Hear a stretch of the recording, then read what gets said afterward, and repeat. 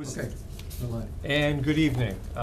We are live, and it is August 14th, 7 p.m. I will call this meeting of the Stowe Board of Selectmen to order.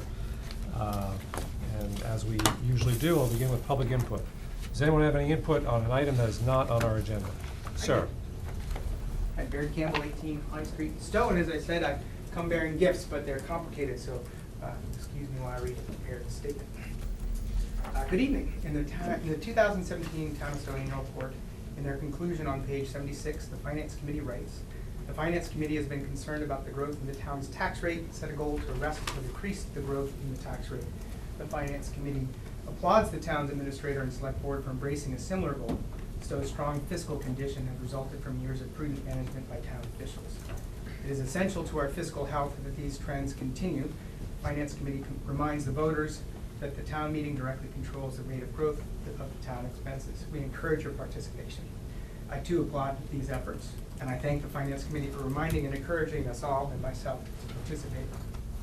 I'm here to participate and contribute by making sure that you, the Select Board, the Finance Committee, and the entire town understand that in choosing to strongly support Eversource's proposed route designated Route 2B, MBTA Underground, the town is also choosing to forego 10 times the amount of property tax revenue that it would receive if the proposed alternate route 11 under streets is chosen instead.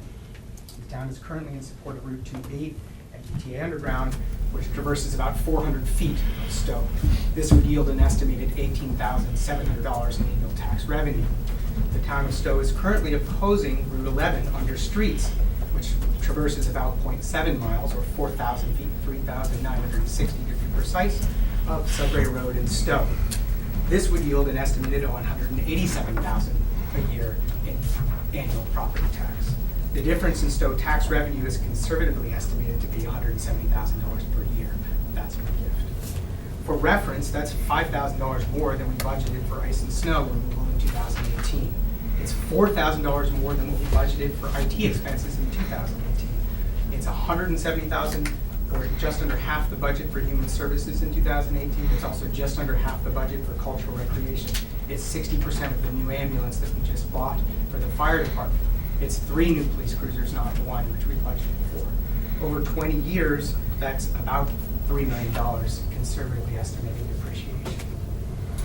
These estimates are conservative. They're derived directly from Eversource's filing documents and from the Town of Stowe's 2007 annual report. The Town of Stowe is currently on record at the Energy Facilities Siting Board as supporting the underground line with the MBTA right-of-way. The reasons provided by our conservation coordinator in our filing with the EFSB are reliability of service to Hudson Power and Light, a modest reduction of electricity cost, and the fact that potential rail trail might be built, that would be consistent with the Stowe Open Space and Recreation Plan. Siting the line under the road instead would provide the same reliability of service and an identical reduction of electricity costs to residents. And since the Department of Conservation and Recreation has already a lease to build a recreation path on the right-of-way and is already working with other communities to do so, it is only a matter of time before our community will become involved in that process too, to complete the path on our stretch of the right-of-way. Is the difference in tax revenue to the town between the 2 routes something that you were aware of when you made the decision to support Route 2B, is my one question. And given that the reliability of service and reduction in cost to the power to our residents remains the same between the 2 routes, and that DCR is already committed to building a rail trail regardless of Eversource's plans, and that Route 11 is far and away better for our town financially, will you please consider rescinding your support for Route 2B and let the ESB know immediately that the town strongly supports Route 11, the under route option instead. It's not too late. It has not been decided, and our change of path may actually have impact. I'm happy to discuss this further, provide you all of the documentation. You need to do the calculations yourself. I believe the math is absolutely patented and very conservative. And I'm submitting the statement in writing, and I request that it be made part of the official record of the meeting. Thank you for your time, and I look forward to hearing your response. So we can't have a substantive discussion on that tonight because it is not on our agenda. I think our principal assessor did respond to your question, and I hope that that's been forwarded to you. Yes, I did talk. And I will take your comments as a request to be put on a future agenda. Is that fair? That's fair. Yeah. Thank you. Could we get a copy of that for the record? Sure, I thought we have already, I copies thought we for you already right had. here. Great. I've already given Thank them you. all. Yes, you might keep there. And chairman's comments. I, other than, I want to note that the annual Lake Boone Water Carnival will be held later this month. Weekend prior to Labor The Day. weekend prior to Labor Day. There's an annual lighting of the lake Friday night, which can be viewed, lit at the lake, either down by the dam, when the boat music boat goes by, or at Town Beach. You usually have some entertainment there. And the kids' events are at Pine Bluffs on Saturday. And the boat parade starts at 2:15 Sunday. Can be viewed from various points around the lake. Lakeboom.org website has further details. Thank you, Mr. Hollis.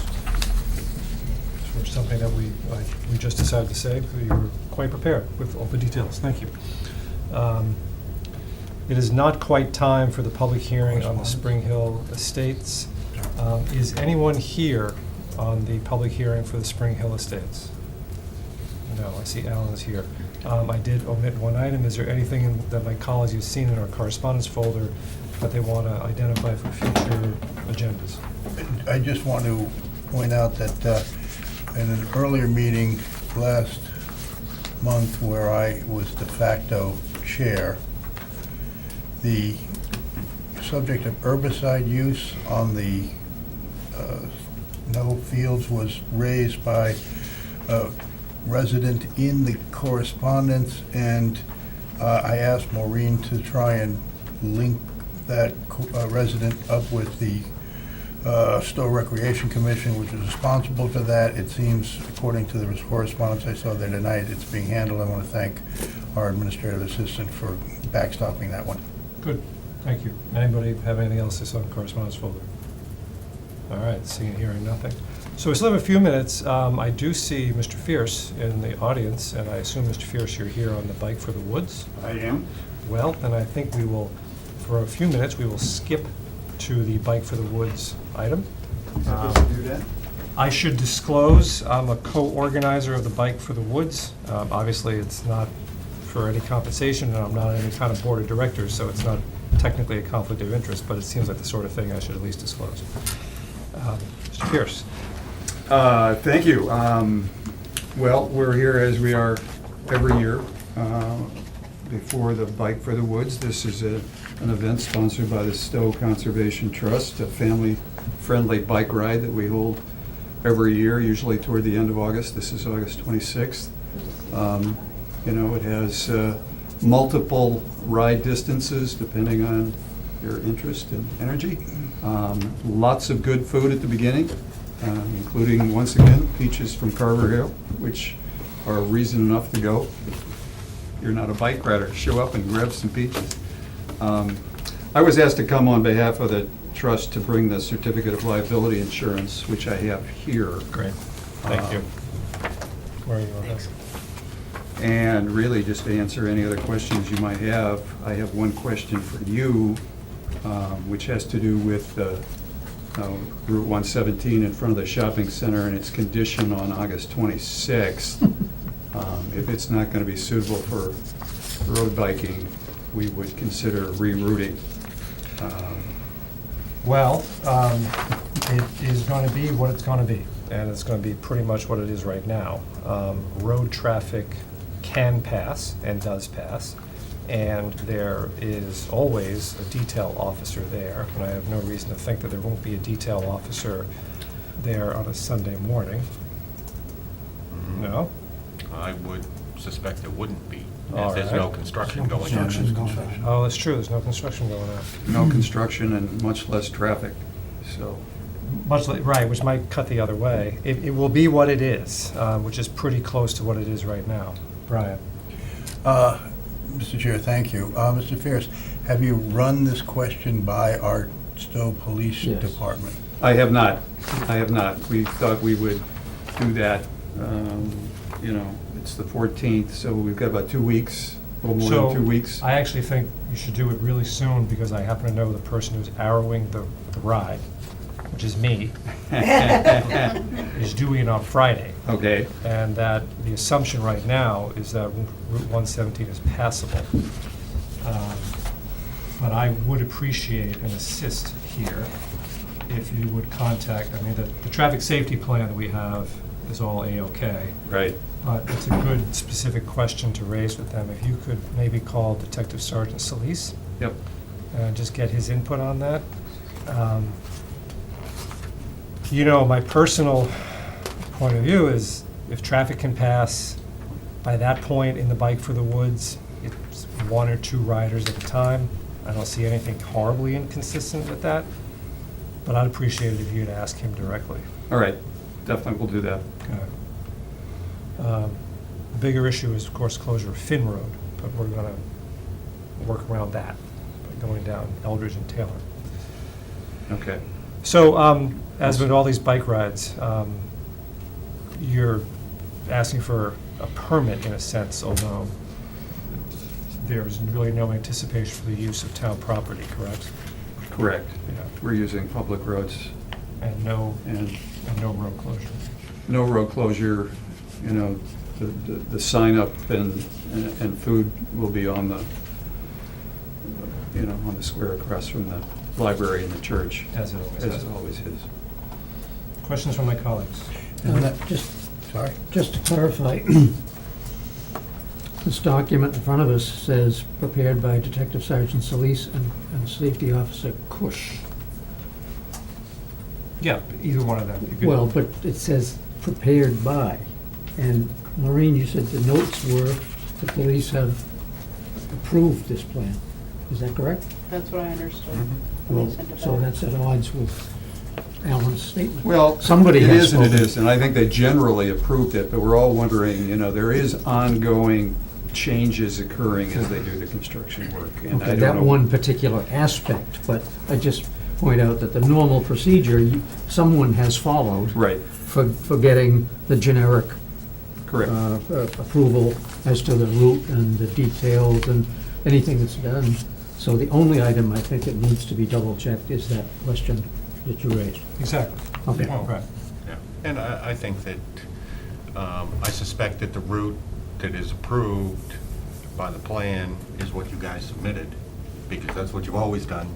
It is. And if you have a better solution, I'm sure that the police department would be in support of something that would be safer if that's what you came up with and they agreed with. I'm not aware of a better solution at this point. So that's why I'd appreciate if you'd double check with them. Mhm. I mean, Don's right. We have a traffic plan, a safety plan, which is a general approval. But I think you've raised it, they haven't specifically addressed 117. Right. And it's not a closure, the work that's going on there. So it's worth double checking with them. Right. Further questions? Mr. Fierce, you said you're going to sign people up and start the race right across the public property across from the Randall Library? The library and the church is the general area there where we set up a couple of folding tables and have people do the registration and check in. I'm sorry, that's fine. Is that public property that we have to approve the use of? No, I mean, there used to be sawhorses closing off the road. That is not the case anymore. The tables with registration and food are kind of off to the side of Common Road. Traffic, it's a Sunday morning. Traffic occasionally wants to get past, and it does. So that's the road, Yeah. not the actual common. I mean, Okay. it's- We're on the shoulder of the road, Yeah. right there. Okay. I mean, it I wa- spills over onto the common a little bit. Yeah. But, I didn't follow, sorry. okay. Would you like a motion, Mr. Chair? If there's no further discussion, yes. With the approval of the public safety officials, I move to approve the use of the town public ways for the Stowe Conservation Trust for the Bike for the Woods on Sunday, August 26, 2018. Second? Motion made and seconded to approve Bike for the Woods for August 26th, 2018. The use of town public ways for the Stowe Conservation Trust's Bike for the Woods on Sunday, August 26, 2018. Further discussion? Seeing and hearing none, all those in favor, please signify by saying aye. Aye. Aye. And that is unanimous. Thank you for doing this. Thank you, Alan. Great. Would- Thank you for taking me early. Would it be appropriate for Alan to tell people maybe how they could sign up if they wanted to? And I Well, think you're four on different, television. 5 different versions? Absolutely. Well, a simple way to do it is you go to the Stowe Conservation Trust website and just Google Stowe Conservation Trust. And there'll be a link to the registration right there and additional information. The ride starts at 9. Registration will open up somewhere between 8:15 and 8:30. If you want to get the best peaches, get there early. The best one. Peaches. Oh, peaches, sorry. Thank you. pushing the peaches. Well, they're my favorites. They're my favorites. So that's the basic information. Varying distances between 5 miles and 65 miles. Yeah, you really can do Anything you want. anything you want, but the markings will go all the way out to 65. So, and it's a beautiful ride. We live in a beautiful area. It's a great area for bike riding, It is beautiful. except for Harvard, which did some more, that chip sealing. They keep putting down more and more chip seal every year. And it's god awful. It won't happen again, I can tell you that. Oh, it's just awful. I was on it the other day. Thank you, Alan. Okay, thanks. And it is safely past 7:10. I think we will open the public hearing on the Spring Hill Estates sidewalk easement. So, no statute or rule technically requires a public hearing on the grant of a sidewalk easement, and sidewalk easements are ultimately approved by town meeting. To solicit public comment, and because the selectmen put together the warrant, we are holding this public hearing as a courtesy, really, to solicit comments and see what people may have to say. Let me read the legal notice. In accordance with MGL Chapter 82, Section 21 and 23, notice is hereby given that the Board of Selectmen will conduct a public hearing on August 14th, 2018 at 7:10 p.m. at the Town Building, 380 Great Road, to consider acceptance of Spring Hill Estate adjacent to Walcott Street sidewalk easements. Plans can be viewed in the Selectmen's office at the Town Building. As I said, the final determination on whether to accept the sidewalk easements will be made by town meeting. What the selectmen do, this is a hearing as to the form of the proposed sidewalk easement and whether to put it on the warrant. Are there any abutters to the sidewalk easements for Spring Hill Estates, which is on Walcott Street? Present? There are none. Okay. I will open the hearing. Does anyone have any comments on the proposed Spring Hill Estates sidewalk easement on Walcott Street?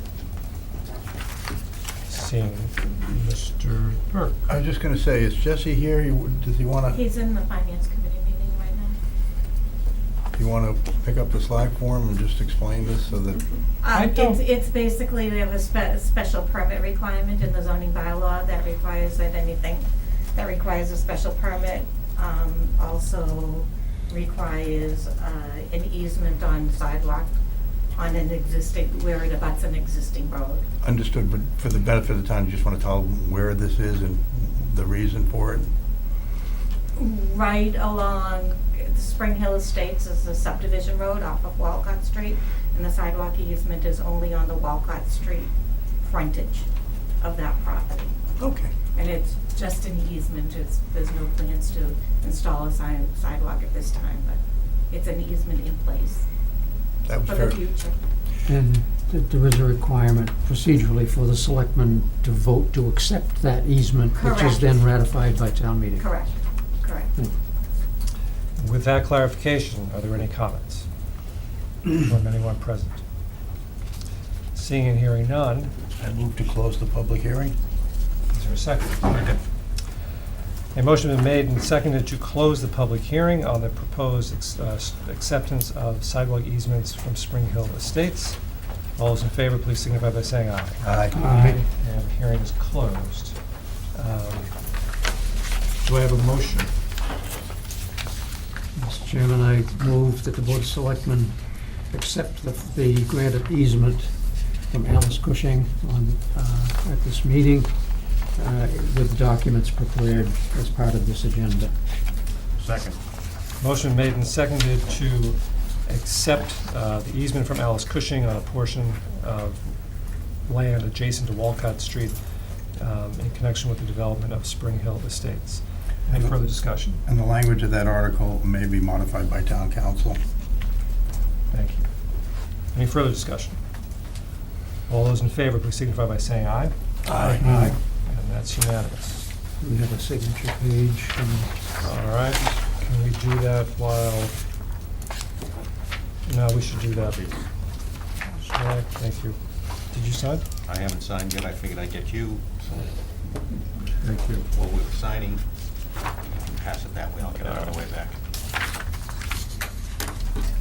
And our next item, I'm going to go to the things that people are here on. Hopefully we'll remember to go back to the other things. So I'm going to go to the joint boards meeting with the assessors on the appointment of Gary Yu. Dom, is that all right with you? Yeah.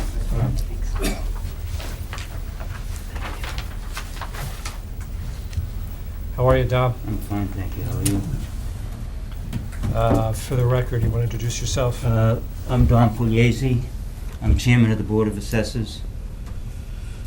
And just explain to people what we're here about. We're here to fill a vacancy, an Yes, unfortunate vacancy. we're here to recommend a candidate to fill a vacancy on the Board of Assessors created by the sudden and tragic passing of Rick Conley. The candidate is a recent new resident to the town of Stowe. He previously lived in the town of Acton and served on their Board of Assessors, so he has experience as a member of the Board of Assessors. He's also got a real estate background. Unfortunately, he's out of town and not able to be here tonight. But we met with him a couple of weeks ago. He comes highly recommended by the assessing department in the town of Acton, and seems like he would be a good fit for our board.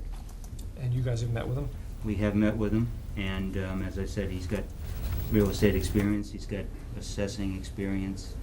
I believe he's semi-retired, so he has time, which is, of course, an important component to all of this. And forgive me if you said this, and your board voted to support his? Well, yes, our board voted to endorse his candidacy and recommend him to the Board of Selectmen. Seems to me that's not very common that you have a former assessor living in town when you No, happen to have a no. vacancy for the Board of Assessors. It's not very common that we have candidates. Right. And then an experienced candidate. Yeah, right, bonus. yeah, that's an added bonus. Questions, comments from members of the board? Mr. Burke? Point of information, Mr. Chair, do we vote jointly with the Board of Assessors on this? Technically, I think It's, so. We did it for Mike Dugas some years ago. and I Yes. Technically, think it's we a did that. joint vote. Yes. It's a joint vote. You're the only assessor. Well, Jack. Jack Oh, Smith Jack. is here. Jack, yeah. do you want to join us for the vote? Thank you for pointing that out, Mr. Burke. We've done that on numerous Oh, occasions. I'm sure you have caught it, Mr. Chair. I doubt it. I doubt that very much. He's on a roll. Long-time resident of Lake Boone, it might be noted. He never misses a chance. Good to have you join us. See you, Jack. Good to see you. Hey, Jack. Thanks for coming. So, do I have a motion to appoint Gary Yu to fill the vacancy on the Board of Assessors? Mr. Chairman, in a joint vote with the Board of Assessors, that Gary, I move that in a joint vote with the Board of Assessors, Gary Yu will be appointed to fill the vacancy on the Board of Assessors, effective from this date until the May 2019 annual town election. Second. So this is a joint motion of the joint board, so the six of us will act as though we are one board for purposes of this. So, a motion's been made and seconded to appoint Gary Yu to fill the vacancy on the Board of Assessors. All those in favor, please signify by saying aye. Aye. Opposed, nay, and that's unanimous. Thank you very much, gentlemen. That was tricky, Thank because you. we have That was six. tricky. We could have had a tie vote. Could have had a tie. Thank you very much. And Thank you. Thank Mr. Yu, and we look forward to we will. meeting him. We will.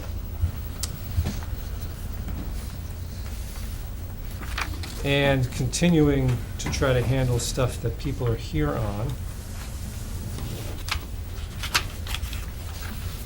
Linda, do you want to talk to us about the warrant Sure, for the election?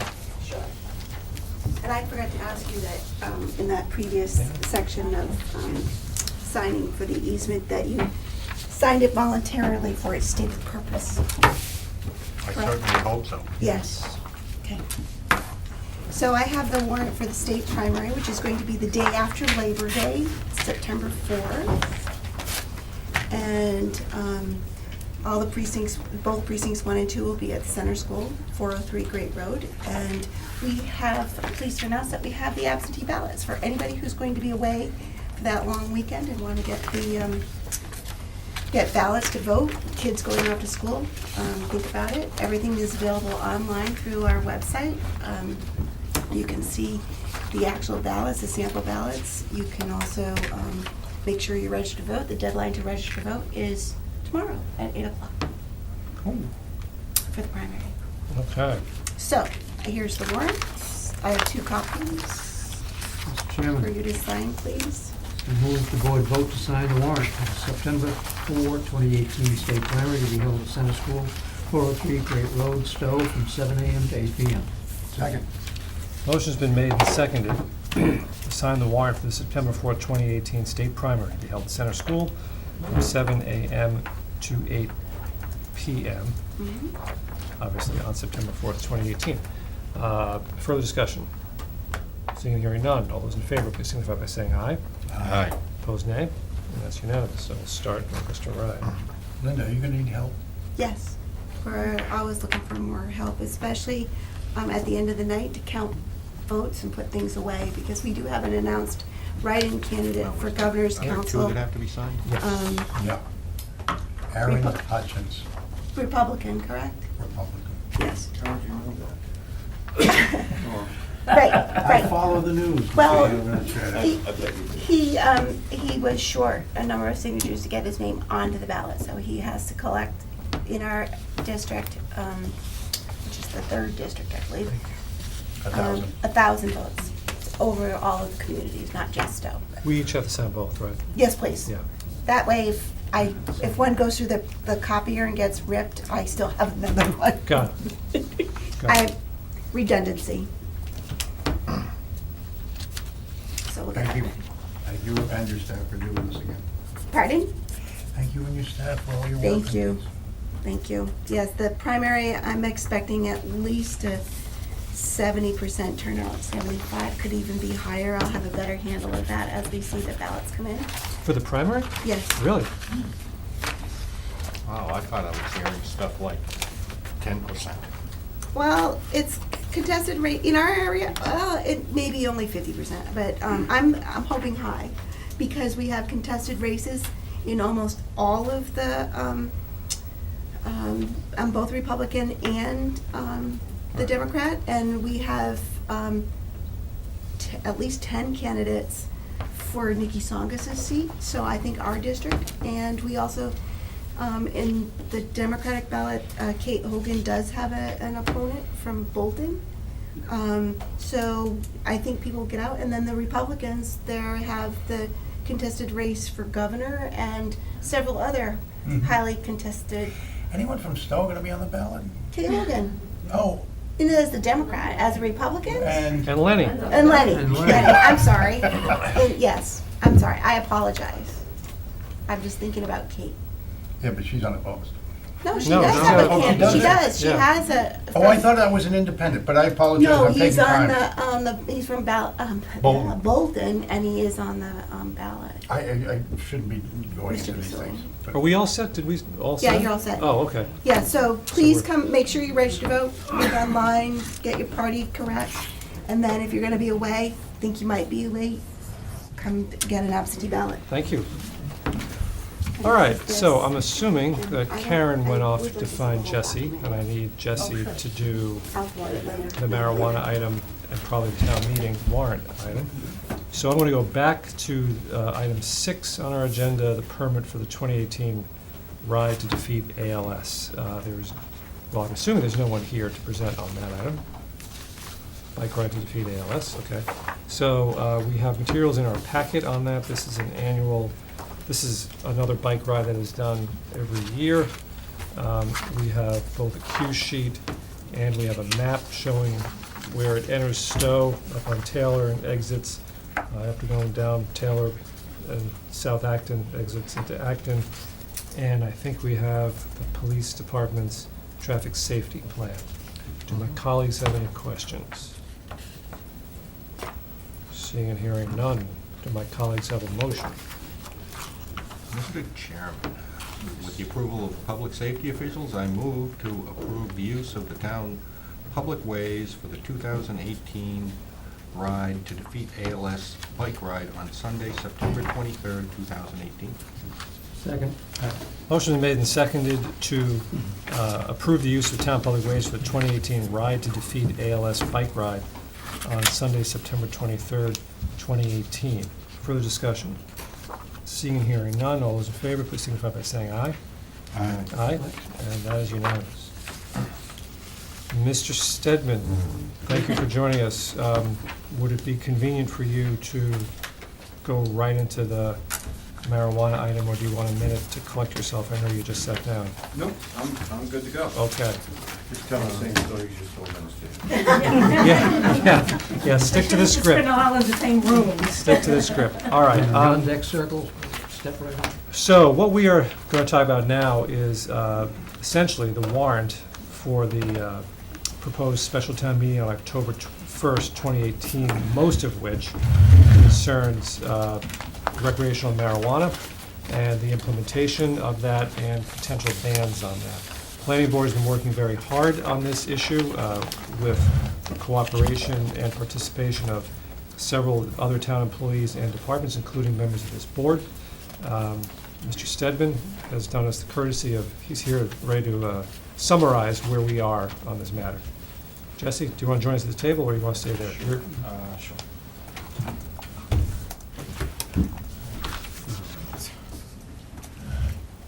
So I think what I'll do is I'll start from the beginning, but I'll go quick and brief, and then we can go from there. So this whole process started November 2016, November 6th, with the passage of ballot question number 4. Stowe approved that ballot question 53.4% in favor of legalizing marijuana for adult use. Since that time, obviously, there has been much discussion.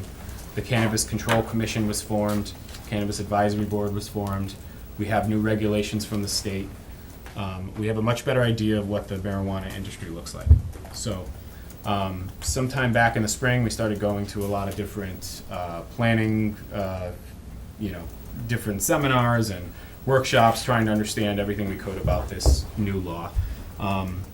And we knew that the Cannabis Control Commission would finalize their regulations in April of this year, which they did, which is why we extended our temporary moratorium until New Year's Eve of 2018, so still several months out from now, so that we would have time to take in those regulations, come up with some of our own, or at least an approach to what we were going to do with these with this new land use. So back in early summer, we held a public forum and we put out a survey. And the point of doing that for the planning board was to basically say, we recognize a lot of time has passed since the initial vote. Let's get an idea of where residents still are on this. What are their preferences? What's the general feeling if we're going to start to devise some sort of approach to regulating this in town? So since that time, we've collected all the survey results. I know I included them in the memo. I've since put them up on our website, distributed that. We held the public forum. The planning board decided to go with a few different core kind of directions here. So there was a lot of discussion in town about whether we should have a town meeting first or a ballot first, because Stowe is a yes community. I think a lot of people know now that the state basically sets the bar pretty high. If you voted in favor back in 2016, it takes a town meeting vote and a ballot vote to go back and prohibit that marijuana use. So we're one of those communities. So that's the kind of umbrella we were working under, is this 2-vote process to then prohibit a marijuana use. So the next question was, are we going to go to a town meeting first, or are we going to go to a ballot measure first? I think we've had some good discussion. The planning board has basically put forth some zoning articles to say, let's have the town meeting first. We'll debate the issues. We'll follow up with a subsequent ballot measure. Let's figure out how to write the warrant in a way that can work. So basically, once we knew that the planning board wanted to go in that direction, Valerie and I and our department basically tried to create a draft warrant that would make that approach work. So that was one part of the process. The other part is this idea that we need 2 votes to potentially prohibit a use. So regardless, I think what it means when you look at the survey data, you see that I think we had 350 responses, or maybe just a couple shy of that. Most folks in town are either on at least as far as the survey goes, are either in favor of allowing marijuana establishments or in favor of regulating them. And so the planning board felt like, okay, it's pretty clear that we're going to go forward with a zoning bylaw. We're going to regulate the use in town. In the event that we go in the direction of prohibitions and they fail, we have this zoning bylaw that acts kind of to be something that we can fall back on and still regulate the use in town. This is really not a lot different than when we approved medical marijuana treatment centers and dispensaries. We created a zoning bylaw that had different locations, hours of operation, and general management, strategies, parking, things like that. So the recreational bylaw is really something of the same. The only thing that's different in this time is that we have this strange 2-vote process that really throws us a little out of whack. So, Jesse? Go ahead. Yep. Is it okay if I just ask Jesse to back up for 1 second? Mm-hmm. I think, we've had a lot of conversations about it. Because people are listening and aren't as familiar with it as we are. I think if you break it up into the regulation, because under current state law, Let's let him finish. Let's let him finish his presentation, and then Right. if we think some clarification is needed, Okay. we'll do it. But let's let him finish his presentation. Okay. So just getting back to the questions the planning board had before it, we're allowed by state law to pass zoning regulations. We could pass really general bylaw, zoning bylaw, whatever kind of regulations we want to manage the time, manner, and place in the same way that we did for marijuana dispensaries. So that was one of the things that the planning board's put forward on the warrant. At the same time, the survey data showed that people felt differently about different uses. It wasn't all lumped. It wasn't all like, I want all marijuana establishments gone. It was really more of, I don't mind this type, but I might be more against this type. So because there are, I believe, 7 different categories of marijuana establishments defined in law, we asked people in the survey about each specific one. And so with that being said, after the bylaw is in place or on the warrant, you have the general overlay district, which would catch all marijuana establishments. The next step after that is to then provide voters in town the chance to vote again on whether or not they want to prohibit the marijuana uses one by one. There's 7 categories. Because of the survey, the planning board felt we'll give everybody a chance. The industry looks a lot different. This is kind of the approach was, this is probably the fairest way to do it and the most efficient. And when we come out of this at the end, we'll have some idea, we'll at least have potentially a zoning bylaw to regulate the use in town. If those things at town meeting, those prohibition votes pass and then fail at the ballot later on, you still have the zoning bylaw in place. If those prohibition votes pass at town meeting and then pass at the ballot, the zoning bylaw doesn't really mean anything. It just basically still would cover, the only thing it would cover in that instance are registered marijuana dispensaries, which we've previously approved and we will continue to approve here in Stowe. Medical marijuana. Medical marijuana. So, I'll leave it at that, and that's, just a basic outline of the approach here. So let me take a hint from Mr. Ryan Mhm. and see if I can, because the vast majority of people in town have not seen this draft warrant Mhm. and have not been involved in these discussions. So just to back up and look at the big picture. State law, because this town voted in favor of recreational marijuana back in 2016, recreational marijuana in the state. Yep. State law does allow the town to prohibit certain marijuana uses, certain marijuana establishments through a certain process. What it allows us to prohibit includes retail sales of marijuana. The process is that it would have to be, such prohibition would have to be approved by both town meeting and at the ballot. But as you've pointed out, if anything is allowed, if any marijuana uses are allowed in town or not prohibited, you clearly want to have a zoning bylaw in place to govern where those establishments can be, setbacks, parking, everything like that. So the structure of the warrant that the planning board has proposed is, the first vote is on an amendment to our zoning bylaws that would be in place in case any kind of marijuana use is allowed in town, and it answers all those zoning questions. After that, there are at least 7 separate votes that town meeting will be asked to take. One vote on each kind of establishment that we can prohibit as a matter of law. Retail, cultivation, craft cultivation, research facilities, things like that. If any of those prohibitions pass, and they would have to pass by 2/3 at town meeting because they're zoning bylaw amendments, that doesn't mean they're effective. They would only be effective if they also pass by a majority at the November ballot election, correct? That's right. And so the idea that the planning board has is, hopefully, we'll have in place first a zoning bylaw that will govern what happens if anything is not prohibited. And then everybody gets a chance to vote on each and everything that they could possibly prohibit, right? You got it. Okay. Yep. Clarification, and that, because there's zoning at the election must also pass by a 2/3 vote No. So, the majority at the ballot. At the ballot. at the ballot. The zoning, the prohibitions in the warrant right now are structured as zoning bylaws, and they require a 2/3 vote to pass at town meeting, of course.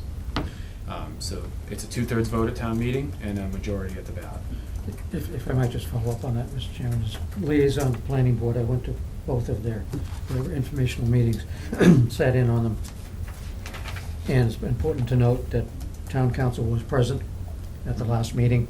There was a lot of debate, back and forth, informed debate back and forth. And this process was discussed, specifically whether it should be a zoning bylaw or a general bylaw. And John Whitten was there, by the way, good to see him back for a while, Yeah. along with Barbara. And it was his considered professional opinion that there was more, he says, I'm uneasy. When lawyers say I'm uneasy with something, it makes me squirm a little. Possible too, right? Yeah, yes. I'm uneasy with the general bylaw because it says, if it quacks like a duck law, says if it looks like a zoning article, someone could challenge it if you were trying to enforce a general bylaw affecting land use, et cetera. So all of this, I'm just saying, is fully consistent with town council. It's been vetted. Have they had a chance to look at the language of the warrant yet, or is that? They have looked at pieces, we've had many discussions, they will see all of this depending on where we land tonight. Okay, thank you. And we'll go from there. Yep. Let me go back to Mr. Ryan. Do you have something you want to add? You wanted to make sure it was clear enough, I think. Yeah, I think one of the things that we keep doing is we keep talking about prohibitions and a zoning bylaw to begin with. I think the thing that people have to understand is that under state law, currently there are no prohibitions. Therefore, the first thing that we're going to be doing at town meeting is debating a zoning bylaw as we would to regulate any other use. If we do not enact this, then there is no regulation other than state law. All right? And I think that's the thing that people really have to understand to begin with. Then, because we will then talk about afterwards any possible prohibitions after we've enacted, or hopefully enacted, a zoning bylaw. The only reason for having the seven other articles is to give people a chance, which by law we don't have to do because everything's allowed currently. We don't have to do this. What we're trying to do is give people an option to vote on the things that they can. But the main thing that people have to try to understand is that we do need regulation up front in the event that none of the prohibitions we discuss later pass. So I think we need to really make sure that people understand it's a two-part thing. It's enact a zoning bylaw the way we would for anything else, and then we start talking about any possible prohibitions which may or may not meet muster either at town meeting or at the polls. And we won't know. We won't even have it, because we might have 400 people at town meeting. There could be 4,000 people that vote. Oh, yeah. Okay. So, thank you. Before I take public comment, I want to give the board members a chance to ask their questions because we've all been involved to a different degree, but I will take public comment. Mr. Burke. Thank you, Mr. Chair. Jesse, thanks very much for all the hard work you put into this. I appreciate all the painstaking work you've had to do to create zoning bylaws that might not even be affected. That's part of it. But that's just the way the cards were dealt. The first thing I want to start off with as a question is, what is the time limit or the deadline on this board? Do we have to make a decision tonight? I believe the warrant closes tomorrow. Tomorrow. So I would say this. Unless we. That's only affected by the fact if you were gonna exclude these from making the warrant. No, well, let me spin this out, and give the reason why I asked. Anyway, bottom line, I just want to clarify something that has been said tonight by more than one person. The town voted to allow use of marijuana at the referendum, statewide. We have permissive use of marijuana statewide. We have it townwide too. All that this is now going to address, and it's an important distinction that sometimes gets missed, is not so much use, but do we want to allow the sale, manufacture, research, distribution, etc., within town borders? That, I think, is a separate question, and that is why I'm glad my colleague, Mr. Ryan, grabbed the bull by the horns a couple months ago and wanted to make sure that the town had a say in that. Now, having said that, I attended one of the planning board meetings. I didn't know about the other planning board meeting where town council was at. It's not gonna make any sense for me to disagree with town council's opinion, but I think this is, at least with respect to retail establishments, it really is something that could be enacted by a general bylaw. It's police is a perfect example of police authority. The cases that town council cited in his memo were all cases where they had existing zoning framework for certain types of uses, trailer parks, parking, and that was, I think, suitable for zoning bylaws, and therefore the zoning bylaw mechanism should have been used. But this is something where we're saying, as a town, do we want to be selling or allowing the sale of marijuana, including marijuana products such as soda drinks, candy, within our town borders? I'm not so sure that's not a general bylaw type of issue. Again, I wish I had been able to vet town council on this, but my question is, could we ask town council if it would be appropriate to have not just zoning questions on the town meeting, but also to have a question whether or not there should be a general bylaw? But what does that add? Well, what that would add is another mechanism for the town to speak, at least with respect to the retail establishments. I think, maybe, all the other stuff about research establishment, I don't think anybody's gonna build a research facility here to study marijuana. But putting that aside, I think. But wait a minute, but if Let me it- finish. The exercise of the police power to control or prohibit the retail sale to residents, I think that would be an appropriate use of police power. And if we did add that, then we would, first of all, it would be a majority vote at town meeting. And secondly, we could have the Attorney General, or the Attorney General would be required, to review it and to see if it was legitimate to exercise the police power. Now, I just want to say one last thing, and then I'll step down, and that is, I don't know, however, if it would be appropriate to present at town meeting both a zoning bylaw and a general bylaw. That's why I'm so sorry I missed the planning board meeting where town council was present. But if it passed as a general bylaw and failed as a zoning bylaw, would it be allowed or not? Well, I think then it would go to the town election. Again, these are questions that I would prefer to have asked town council. Other comments from members of the board? Tom? One of the things, I was at that meeting last week also. I think I'd ask John to comment on just that question. Not necessarily putting two, but the advisability of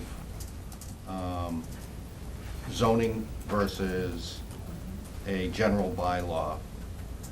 Do you know if he ever did anything with that? I haven't followed up with I them. think his memo. I think Yeah, he had it. you've got a memo We that got a was memo. provided to you Right. on it. Mhm. He's offered his opinion, Mhm. and he is not stating that you couldn't go either way. He's giving you his preferred judgment as to why, and he's explained why. Yeah. So, and it was understandable, I think. Yeah. Yeah. You don't have to agree with it. He Now, doesn't say. Brian's question is related but separate from that. There's been no discussion, to my understanding, about having both a general bylaw pro-offered and a zoning bylaw. To Brian's point on police power, I would say this at this last minute, unfortunately, the warrant closes tomorrow, but it wouldn't preclude further discussion, and it's something that at another town meeting, you could bring forward if it was to reinforce or be redundant in a way to provide punishment, if that's really what we're trying to do, is get policing of it. But you could also provide that within a zoning bylaw, language to that effect for enforcement. So you could either amend language that you would put in here that doesn't include policing powers or the influence that, for criminality or fines or other things, if that's what we're trying to do here. And I'm not saying that's what Brian is arguing, but that's the only other, I think it'd be the only other purpose of going with a general Right, bylaw. as the opposed to- the civil penalty provision. Well, I think the only reason that, and Brian, correct me if I'm wrong, the only reason he's looking at that is to make it a majority vote to prohibit versus a 2/3 vote to prohibit at town meeting. That's the only reason. Then I missed the point he was making. If it's just Yeah. with regard to quantum on a vote, I'd rather have majority as opposed to 2/3. I mean, I thought town council's opinion was pretty clear, whether you agree with it or not, it's different, but I thought it was pretty clear. He's saying, basically, it could be either a general bylaw or a zoning, but if you want to make sure it's enforceable, you're going to make it a zoning bylaw. And I thought what he said about that was pretty. That's right, I'll underscore my first comment. Because it regulates Right. where issues, where About- these functions might about go the on, use of which land. is a zoning function. And that someone might, if you only had the general and didn't have that with you, it was a lot more susceptible to challenge. So, I think the board has discussed it enough. I've got a public comment. This gentleman was first. John Sloan on our planning board. So, well, the first comment I wanted to make was, I think we need to be clear about some of the language that we use. I mean, Jesse uses the term use, but we don't really mean marijuana use, because we can't regulate that, because it's allowed at the state. So we have to be clear that we're talking about land use. 'cause that's what Commercial. we're zoning, okay? Commercial I want to land. make sure that in the town meeting, that it's clear to people that we're not talking about recreational Right. marijuana. Personal use. Okay, because that's Right. allowed and we can't regulate that. So Thank that's the you. point I wanted to make. Second person was Linda. So I was at the meeting where John was there, and I thought he said that the AG's office, if it looks like zoning and it's being regulated, the AG would deny, would not approve it. So then you're back to square one again, That's with nothing. Not that. So if you tried to pass a general bylaw and the AG said, no, you're really regulating in the zoning, the AG's office will deny. Did I hear that? Or Yes. yes? Okay. He's got a written opinion basically. Oh, but that's what I'm saying. So he said if it looks like it's zoning, make it zoning. Don't go to the AG's except, or to the general, except if you want to have the penalties or the fines, Mr. Chair, right? I'm just on that point. Very quickly, because I'm Very trying to get quickly. through. I understand that perfectly, and I agree with that perfectly. I'm saying, if I had been there, I would have asked town council, is there a problem with putting both things, both a general bylaw and a zoning bylaw, before the town? Well, if the AG is going to shoot down the general Why? because it's zoning, why would you put a general Why- in there? I- I don't know. Yeah, because if the general passes, it's vulnerable. But then you'd still have the zoning bylaw. Not if it doesn't, sorry. But that's what, If it but doesn't that's pass, what, it It doesn't doesn't pass. pass. but we already have the zoning bylaw, so. But You it- don't have the but pro. I'm not if it's sure. I see, you're saying that the zoning doesn't pass by 2/3, the general bylaw would be there by 51%. And then the AG would turn around and shoot that down. because If the it's like AG it's turned it, if the AG turned it, and I was gonna ask, has any other community, and we've talked about this a couple of times before, Jesse, what has been the preference of other communities who have dealt with this question and either passed a prohibition? Have it been done through zoning bylaws, or if it has been done through general bylaws? And I am so sorry I missed this meeting, the second meeting you guys had last week. So I think we get it. Third hand up was the gentleman. actually first. All right, Lenny? Yeah, just to address the second part of the issue, which is the police powers, that can be covered through the licensing power. So any issues, in terms of fines, penalties, license revocation, that'll be in there, if this passes anyway. So that doesn't matter whether we go the route of the zoning bylaw or the general bylaw. Either way, there's gonna be police powers, on that aspect of things. But going back to the first part about, putting two, a zoning bylaw and a general bylaw together, I've got to be careful how I say this in public. It might be like putting two behinds on one horse. I mean, it just might get very confusing to people. Why are we doing two different things? I mean, the situation is a little difficult to understand for some people. All right. Anyway, I think we need clarity. Thank you for that imagery. I will also, for clarity, and just repeating the first point, is that the word use has been used, and in 2016, people voted to be able to use it themselves. They weren't thinking about who was gonna be able to sell it. So when you present this to us, the voters, on ballot and otherwise, it would be crystal clear that we're voting on commercial use and not inhibiting personal use, because you won't pass it if it sounds like personal use. And you have to be absolutely clear, because people won't read and won't get it. Yeah. So be very clear in that distinction. Thank you. Karen was, I think it was already addressed. okay? Can I just ask a quick question? Mr. Wrigley said too, and I think that this is a good point, that we could come back in May and do a general if we decided we needed it, and that would only be a few months of between the moratorium ending and even putting in an application. It's not like everything's gonna happen in those few months. So if we don't have a ban, if we don't have a prohibition and we needed it, you guys could think about something in May if you felt like the state things weren't Especially on the enough. civil. Right, on the Right. general, but keep the. Yeah, and, sorry. Karen. I think Mr. Wrigley said that. If the warrant is closing tomorrow, it makes no sense to start trying to draft another type of bylaw. Just wait and bring it up later. Let's You just know, get public. Yeah.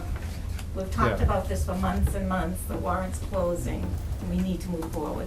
Yeah, and on that Young point, lady here. we have talked about this for a long time, and my concern with trying to get a general bylaw into is that people are already like not sure what's going on. So to have two, I think is just gonna be even more confusing for people. Okay. Any other comments from members of the public? No. Mr. Burke, did you want to say something?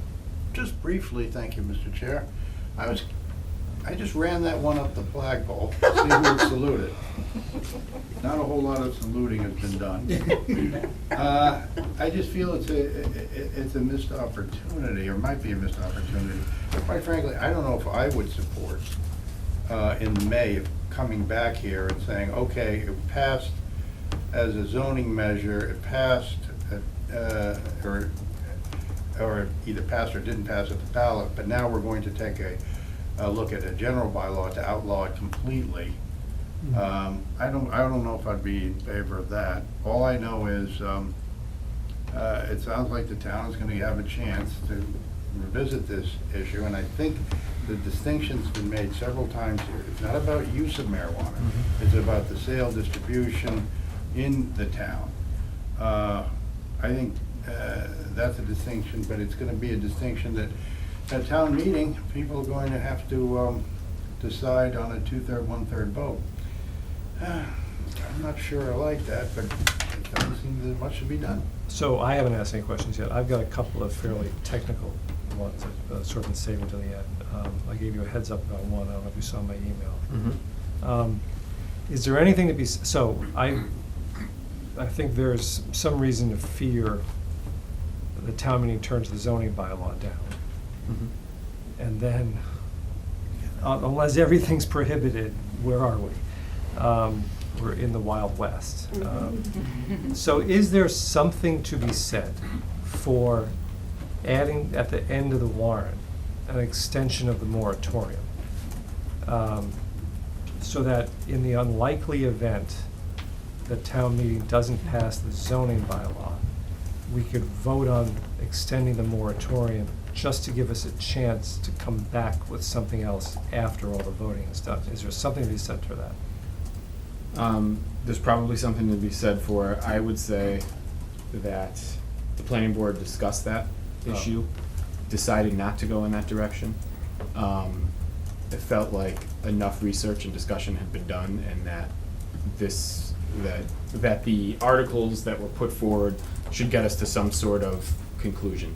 The only thing that I would be concerned about on that is, would it work? Could it possibly get us more time if we wanted to somehow get an outcome that didn't happen at the first town meeting? Yes, it could.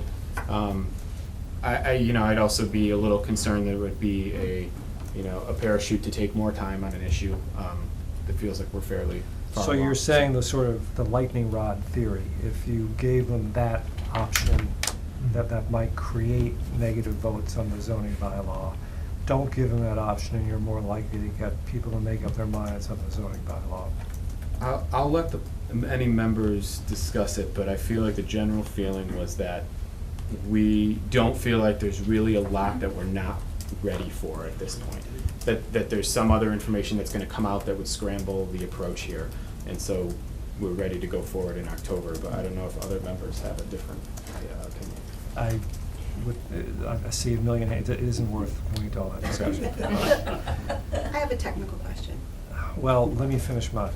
And then my only other one was, before I left on vacation, there was a lot of discussion about if we don't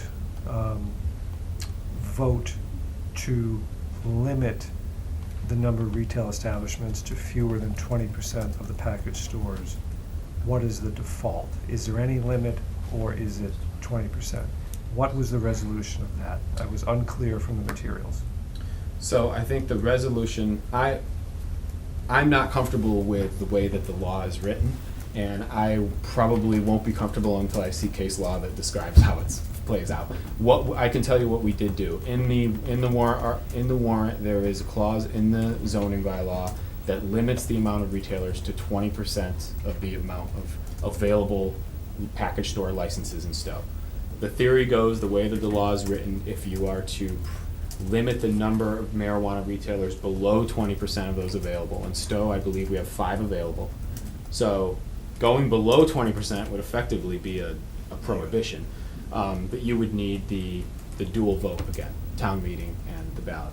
I've heard arguments, and I think where we've landed with town council on this is that the 20% is this threshold, that if you do nothing, you can have 20, you're basically saying we'll limit it to 20%. I just feel like it should be spelled out in the bylaw because it's unclear enough, and so that's what we've done. So right now, the warrant article, we'll see what happens after the public hearings of the planning board, says that marijuana retailers will be limited to 1 in Stowe, unless some future decennial census takes us above and beyond that. And that's in the Article 1, the That's default right. zoning. It's bylaw. in Article 1. I believe it's also cross-referenced in another article, just to be sure. Okay. It appears twice. Yeah. So- Okay. Don? One thing that hasn't been mentioned, we're talking about 7 articles. There's an 8th one, which had been referenced among us and had public input before.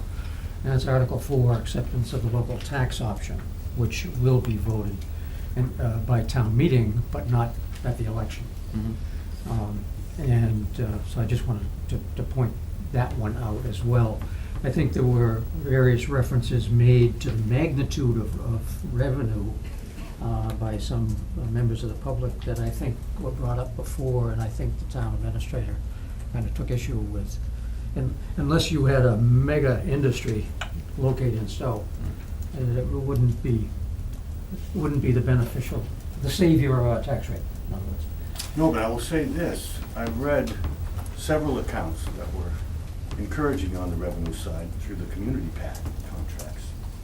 Yeah. Many communities, Yeah. it's the mother load, Okay. though I understand that wasn't intended to be allowed under the statute. Folks common to new statutory language have found what they think is a reasonable interpretation to allow it. So until the statute is clarified, and I think it will be soon, those that have jumped in early have got community packs with money in it. But that's not the sales tax. No. No, but it's still money. Yes, okay. No, right, I'm just saying, I'm looking at them both now, now that I've seen others doing it, until or unless the state says All right. there's a There's prescription a against couple of- negotiating, because I love to negotiate, especially with. Money on the Money. table. So what the town administrator is referring to is any retailers, or I think other establishments, have to negotiate host agreements with the Board of Selectmen. And state law allows us.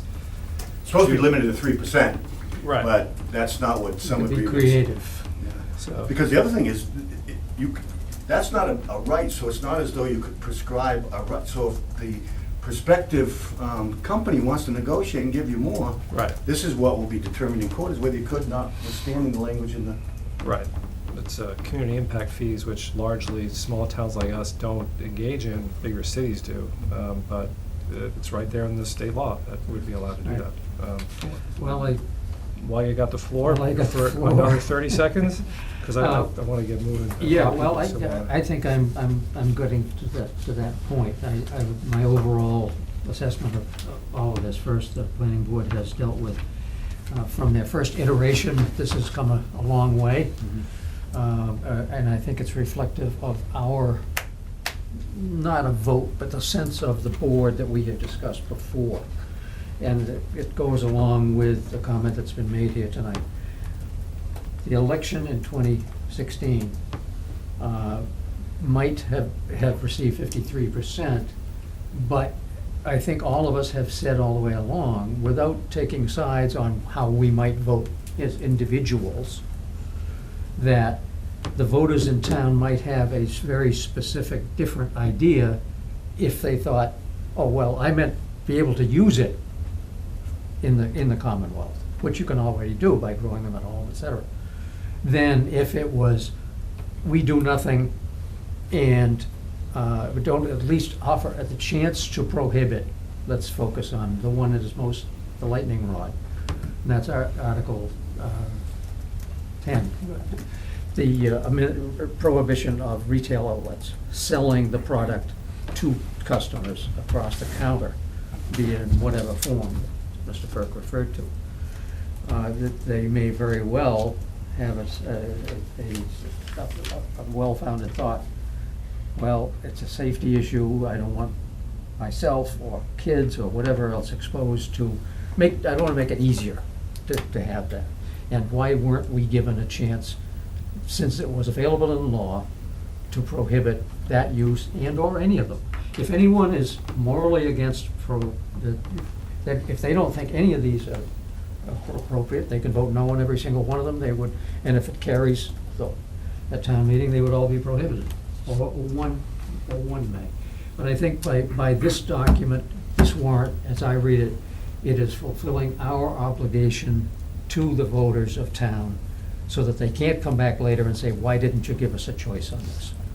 Mr. Burke. Mr. Burke.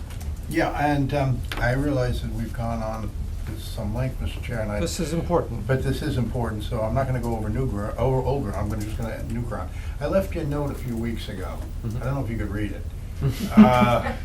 Say no now. But other than I'll ask it to you now. I ask you, is there a way that we could allow, that if the town wanted to, they could allow retail establishments, but just not soda or candy? I don't think there is, because you would circumvent something that's already in state law and in conservation, or Cannabis Control Commission regulations. So Cannabis Control Commission came up with the regulations regarding all the different marijuana products and the packaging, the labeling, the marketing. I can't see a situation where we interfere on that. That being said, the Board of Health is able to establish their own regulations. I'm definitely not as familiar in that territory. They can do, they work with tobacco and other uses, so there may be some avenue there, but usually when you're, interfering in the state regulation, I just typically don't see that as a possibility. Well, I'm glad to know my note was legible. Yeah. Secondly, it might be the way to go here, that if we're worried about the town doesn't pass any kind of zoning bylaw, that the way to go here is give people the chance in the beginning, I'm talking about sequencing, let them vote up or down on those 10 articles. They'll have the zoning bylaws right there, they know they're gonna be voting on them, but we'll just get that cleared out of the way early on in the meeting. 2/3 vote for every single one of these articles, and then, when people win or lose, they go home, and then it's just a typical zoning bylaw part of the meeting where there's nobody there, except the people who are on the planning board. I would be offended by that. Yeah, me too, me too. Am I lying here? I'm not. Am I lying? I'm dying. No. I think basically what we said in the memo when we tried basically the planning board was of the opinion that if you go that route first, this gets us back to, do we do, up or down vote first and then town meeting? If you were to go up or down first, you have basically forfeited the opportunity, I think, to talk about all the gray area of the local regulation, the host community agreements, all the things that could be put in place that might make somebody who was leaning towards voting one way or the other stop and think a little bit more and say, you know what, I didn't realize you could do X, Y, and Z. Now I have a better informed vote. I'll go with the yes or down, the up or down vote now that I know all the facts. I think that was the general theory. I hear you, and I'm not sure I agree. I think you could have those discussions if the sequencing were different, but I leave that to my Let me hear colleagues. what Karen has to say about that. Yeah, it's the same reasoning as it was pointed out for the 2016 vote. People didn't really realize what they were voting on. They were thinking it was just personal use because they didn't have the opportunity to hear the debate at town meeting and all the options to understand what it really means. But how does voting on the big zoning bylaw first help that? I'm not quite getting that. Because you would have the debate on the big zoning bylaw to explain. You would explain that why we need Right. this framework and. Right.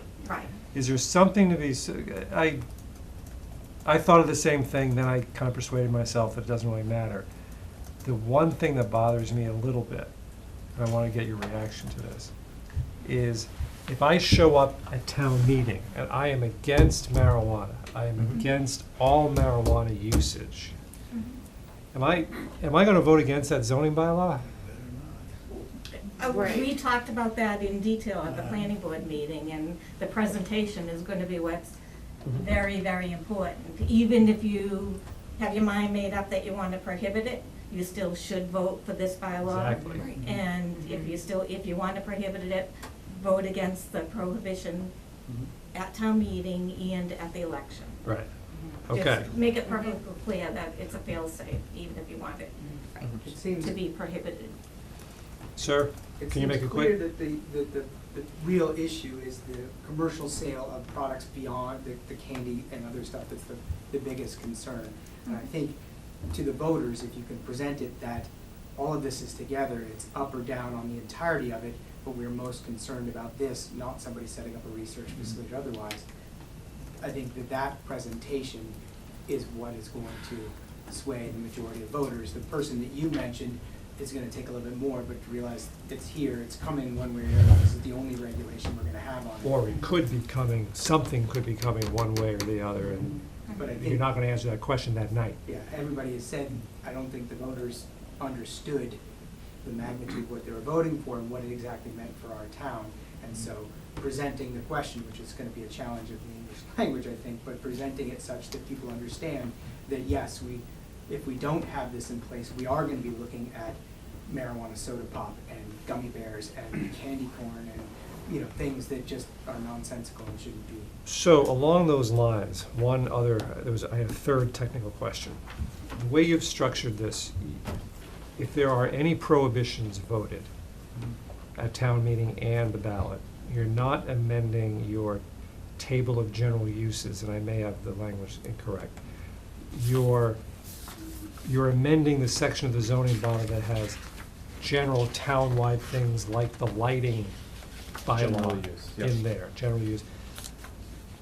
So if any prohibitions pass, you'll have one section of the zoning bylaw saying this is not allowed, and then the table of uses saying it is allowed, but you've got language in there saying unless it's voted.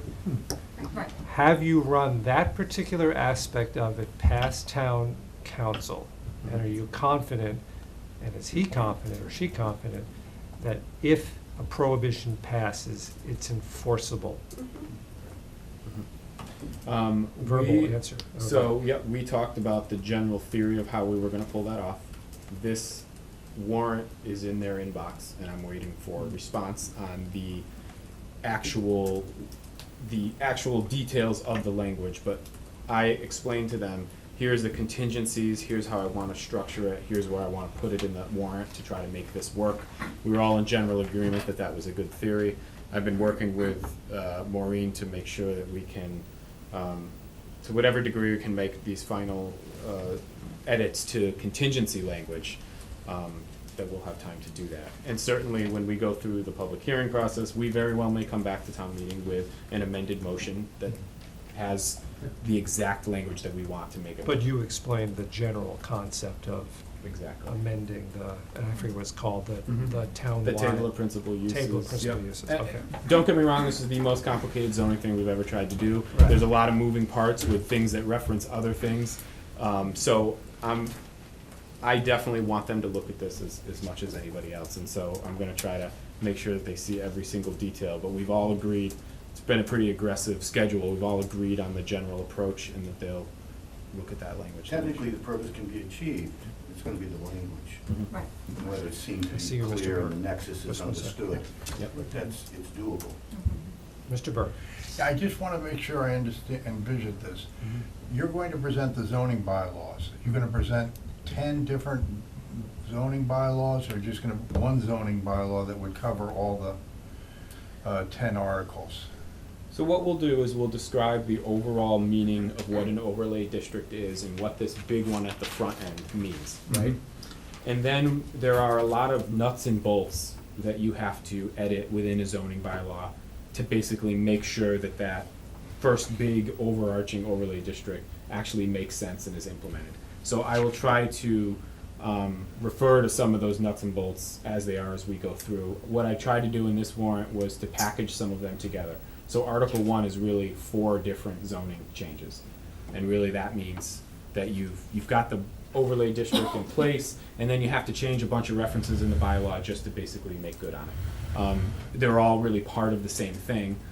We tried to do that in 2 different occasions here, package them up. I would recommend, after that package that you present as Article 1, you go straight to the prohibition on retail sales. That way you get, people are there, they're fresh, you've already explained it to them, they've got that context that you keep saying you want to give them. And then you just, I mean, most people, if they're gonna come, they're gonna want a vote on retail sales. They don't care if somebody's gonna build a research facility here. That's how I would do this, and that way, you're less likely to have the problem that our chair enumerated, or foreshadowed, which is that you might get the zoning bylaw is not passed because people are upset that they don't have the prohibition. I think that's a nice, or a cleaner way, and people aren't there all night. We can get to all the stuff about research facilities and the zoning bylaws down the night, but right up front, within that first hour, I would like to have that one issue discussed, vetted, and voted upon. That's my recommendation. One question to him on that point. Mr. Hawes? Was that, it was a deliberate decision of the planning board to arrange them in this manner? Absolutely. Can you tell us why? Why? So I guess my opinion and the way that we discussed with the planning board was that the zoning aspects and the town regulations, I think the planning board felt like it made sense to address all of those local regulations up front first, to get the full image of what it looks like to regulate this industry in place and set it aside to then begin the discussion of what prohibitions might look like. I think one of the concerns was you deal with some of them, go to prohibitions, then try to go back to the zoning regulation. People may feel like there's things that are affecting one another. So, That let me, didn't quite, why is retail sales number the last one instead of the first one? I think it's the And second to last The one. prohibitions, so why are the Oh. prohibitions Prohibitions. sequenced in the way? The prohibition. I think they're in alphabetical order. So, Yeah. let's cut through this. Why not Yeah. order it? Articles 1 through 4 are, for lack of a better word, the zoning bylaw articles. Why not make Article 5 the prohibition on retailers? It doesn't really, as far as the definitions themselves, none of them, It doesn't really the matter. order won't affect anything else. Yeah. And if so there's a we can preference. have the discussion about zoning and the importance of zoning and the regulatory framework. Once we pass, hopefully, Article 1, we should get through 2, 3, and 4, which are fairly technical, except for the local tax option. And then get right to the prohibition on retailers. I concur. Actually, I'm gonna So suggest, Karen? You're just suggesting reordering Yes. the prohibition? Not changing any language. I'm actually gonna suggest that Articles 1, 2, and 3 stay exactly the same. Article 4, start the prohibitions and start with retailers.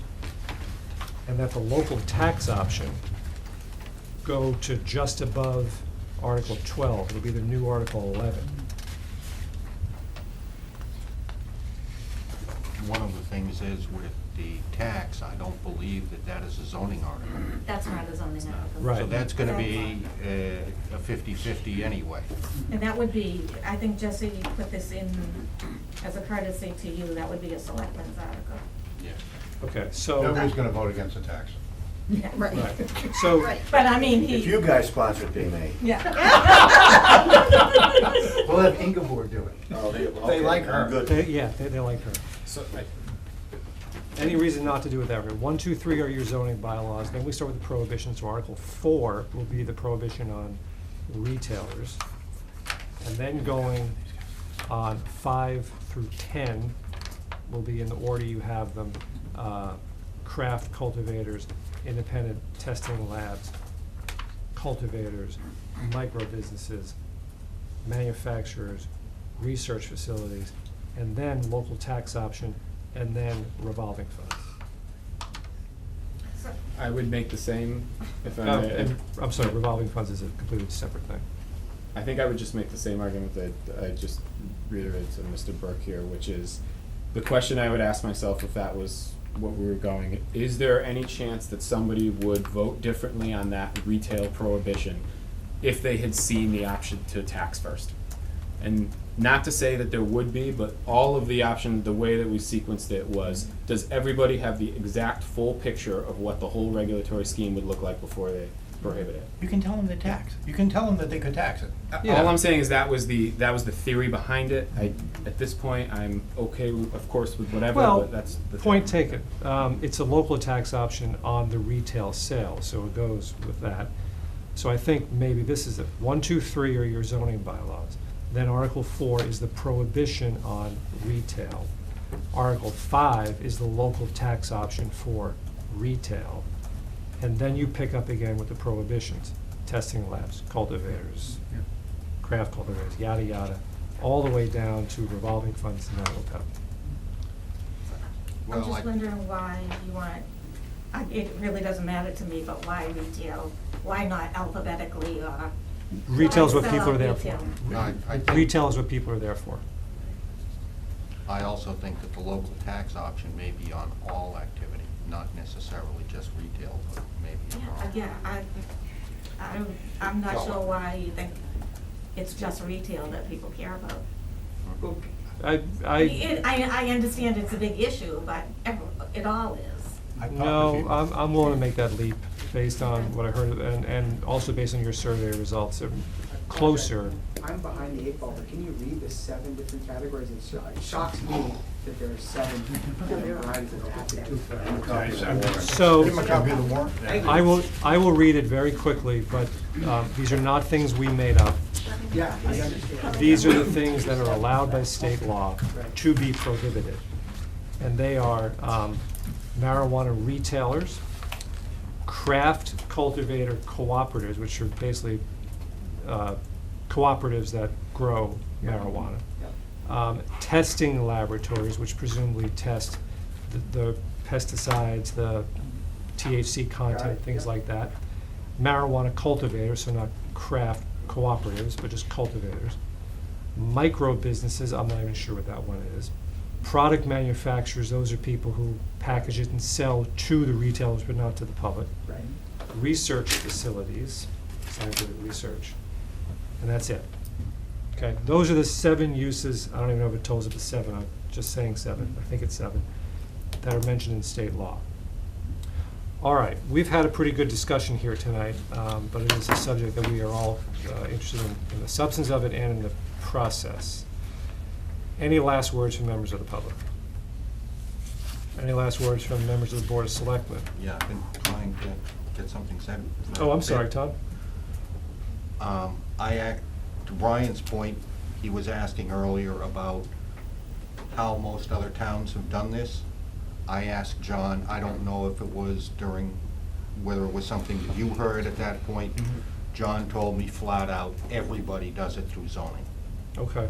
So I wanted to make sure that you understood that. Thank you, Ms. Ron. The other thing that he mentioned, while Jesse may be a little hinky on it, I'll say, for the 20% rule, he flat out said that his opinion was that the 20% stands. I don't have a problem with Jesse, belt and suspenders, not a big issue. But I just wanted to make those two things clear because they were asked. Okay. So it's a good thing I didn't show up at the meeting, because then we would've had a quorum. And just last comment on the ordering. I'm a little uncomfortable in monkeying with the way it's presented. Just for the reason that you're correct, a lot of people want that one. They may very well, as certain other issues, you have a mass exodus if that one passes, the prohibition passes. I think that it's a significant enough impact to the town and its future, any of these other issues, that to the extent we have an interested, educated electorate showing up, that they should understand all of these.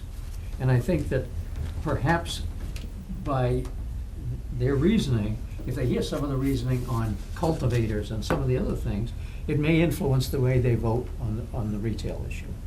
I would prefer to leave it the way it is. In any event, one side is social engineering.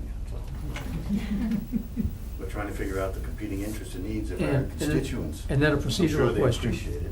We've had this great discussion. What do we do about it right now anyway? Do we have a vote? Do we vote Right on now? whether to accept this as is? We have to vote the warrant tonight. Yeah, so we have to deal with that. That- You don't have to vote the sequence. We don't have to vote the sequence. I think we should. I'm not saying you should or shouldn't, I'm saying you're not required, you're accepting only the warrant and its content, Yeah, not the but sequence. I think Closes Mr. Hawks makes a good. I know, but that just closes what you can put Yeah. in the warrant, not how it sequences. Your prior boards have resequenced up until it went to print. That's When does it go to print? a couple of weeks. I think Mr. Hawks makes a good point. That's what people do with town meetings. They sometimes put the big draw at the end to get people to stay. And also, if I'm right that prohibiting retail is why a lot of people are there, then the ones in between will go fast. I think people who will be there, they'll be fighting the I'll last slow it one, down every just on single, purpose. they'll be fighting the last one, every single one that precedes it. I mean, people are gonna show up because they don't want, or they want retail sales, and it's a 2/3 vote. My recommendation is, and I'll make a motion to that effect, is to follow the chair's original sequencing, which is Articles 1, 2, 3, and then you jump ahead to 11, and then everything else goes back into the same order. And I'll make that motion. There's one fairly substantive thing I think we need to talk about first. And I hadn't brought it up earlier, but it's Article 3.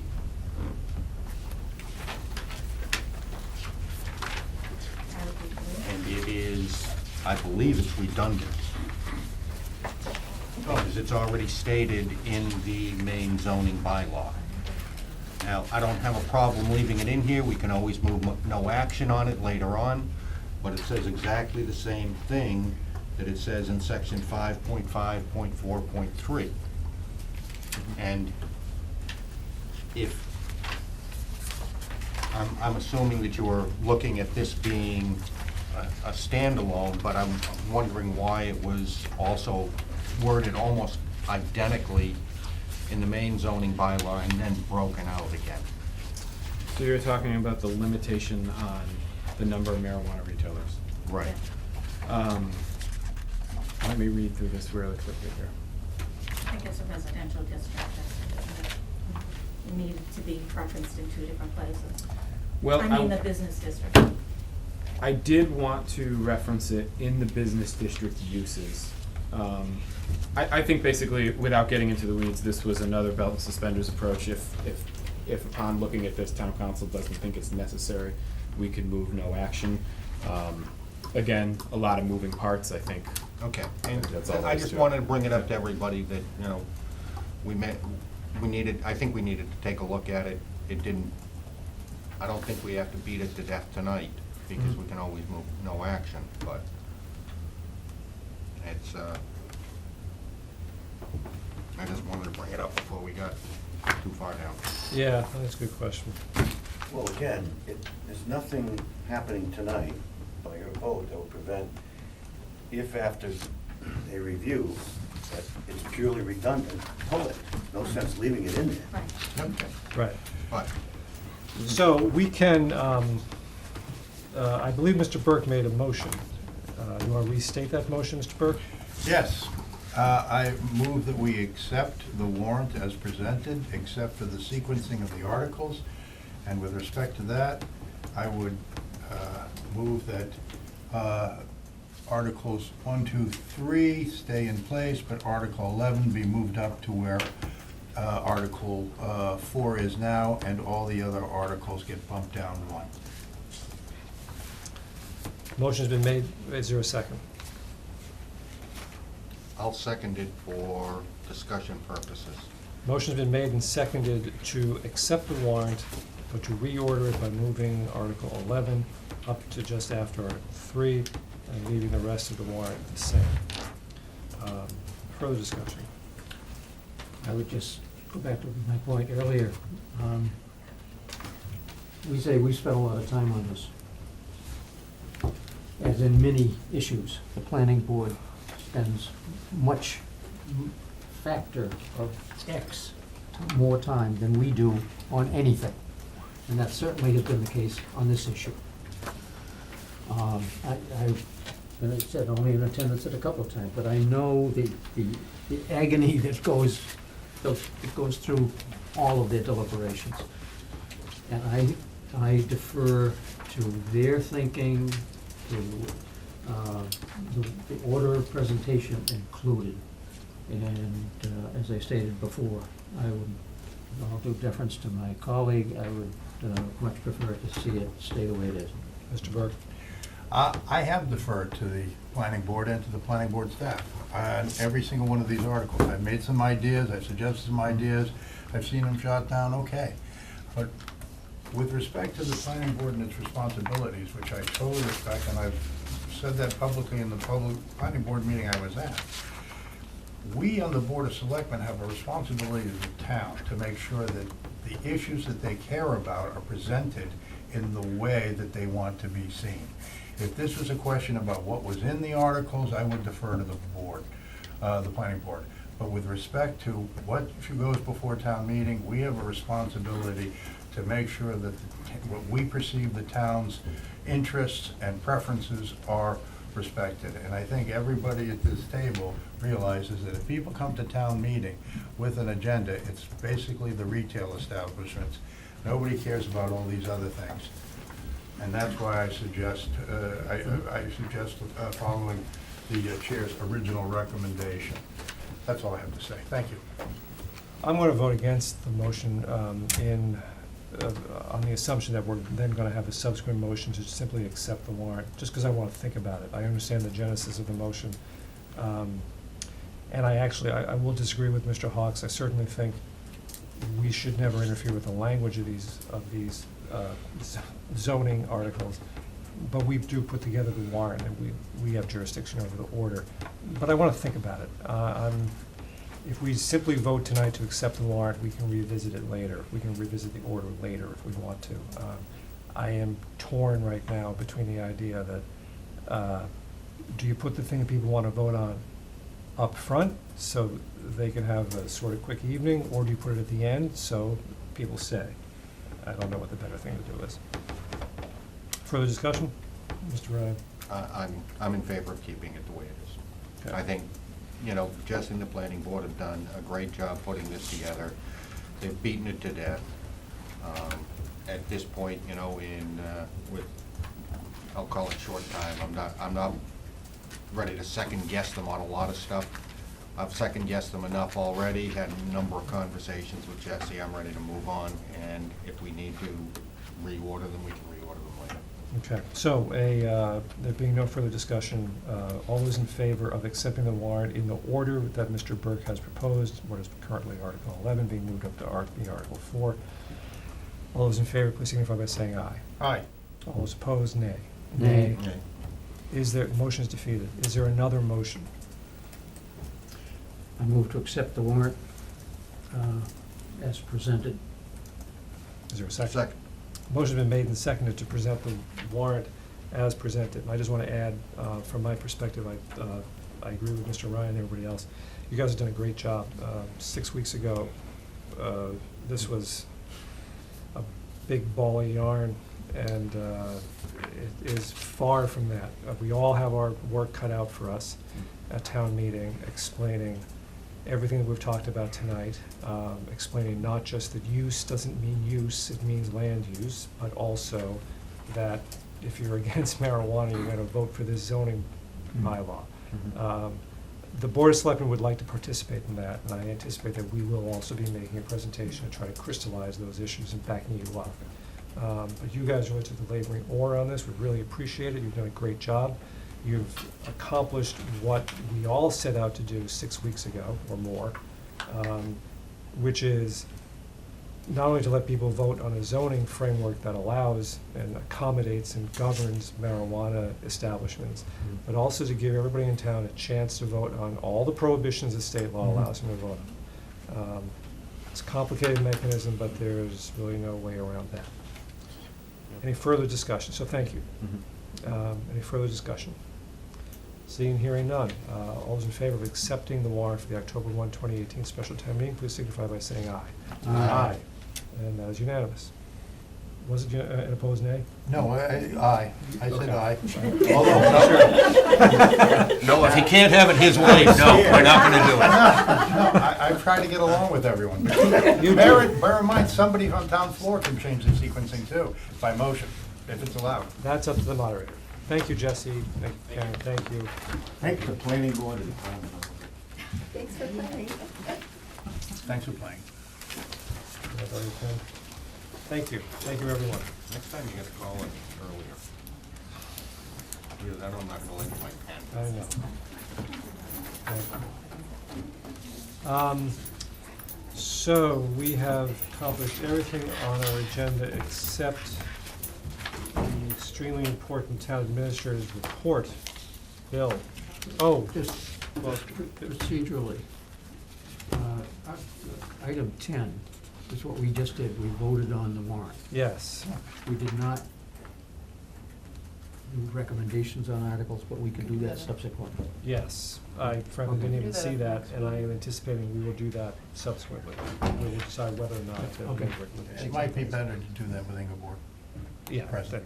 I would think, that's right. Thank you. And town administrator's report, we, please, go ahead. Got my pen back? No, sir. He's retired, he needs a That's- pen. That's how I get pens. Yep. You've got two of mine. Jeez, I know, What do I you know do with people them? keeping track. What do you do with all the ones you steal? They go in a drawer. You sound like Dave Okay. O'Brien on the Red Sox. So, my activity report. The first item on the activity report relates to the growing importance of understanding moving forward in developing a funding plan for OPEB. That's how I view it. There's been growing attention brought to the matter, as it should be, because it's an important matter. And this is my attempt to get us a baseline, a due diligence baseline. I provided you with the proposed scope of services by Brian Whitworth, who works for our financial advising firm. And he represents about the only person I could find with that successful experience in offering to provide the kind of service that we're doing. It just so happens they're part of our financial advisory firm. So if you look at the scope of services, from my perspective, and this is a result of my discussions with him, so it's really what I thought we needed, and it's to get started with a due diligence plan so that we can develop a pre-funding policy, institute a program, and go forward with what is the opinion of someone who's been in the field for decades. I bring no special expertise to it. I don't believe anybody else in town does that I've spoken with who's interested in Finance Committee and others. And for me, what's being offered here. And it includes understanding all of the Gatsby new rules and regs, which run on forever, and they change constantly. From someone whose focus, specialty, professionally is this field. And you've seen his resume, and you've seen what it is that he's presented and what he's offering here for what I think, most things in life you know by comparison. This is short money. It's something we can look at, and it will be my first opportunity to understand something that's prepared as a plan to go forward with, because most of it is you're looking at Gatsby rules and regs, you're looking at Standard & Poor's benchmarks with regard to ratings, you're looking at other professionals in the banking business, and I find it difficult to pull it all together to offer a cogent, thoughtful, meaningful, even discussion on it. And what I found, it's similar to economics. Every economist you talk to will give you a different answer to the same question. And I'm not prophetic, but I look back pretty well. And when you look at what economists, just using that field, because it's one that is difficult, the subject matter is to be accurate going forward. It's true with this as well. This subject matter does not lend itself to accuracy.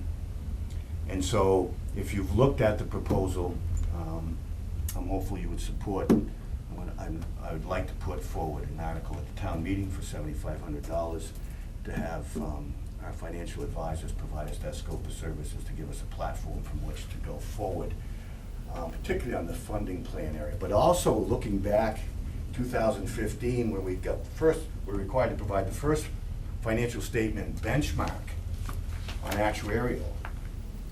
And just so that people understand, we don't have an actuary providing the valuation. We've got a software program.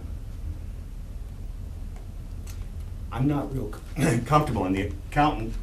It's a off-the-shelf actuarial software program to get benchmarks that are sufficient enough to be acceptable in the financials for an audit.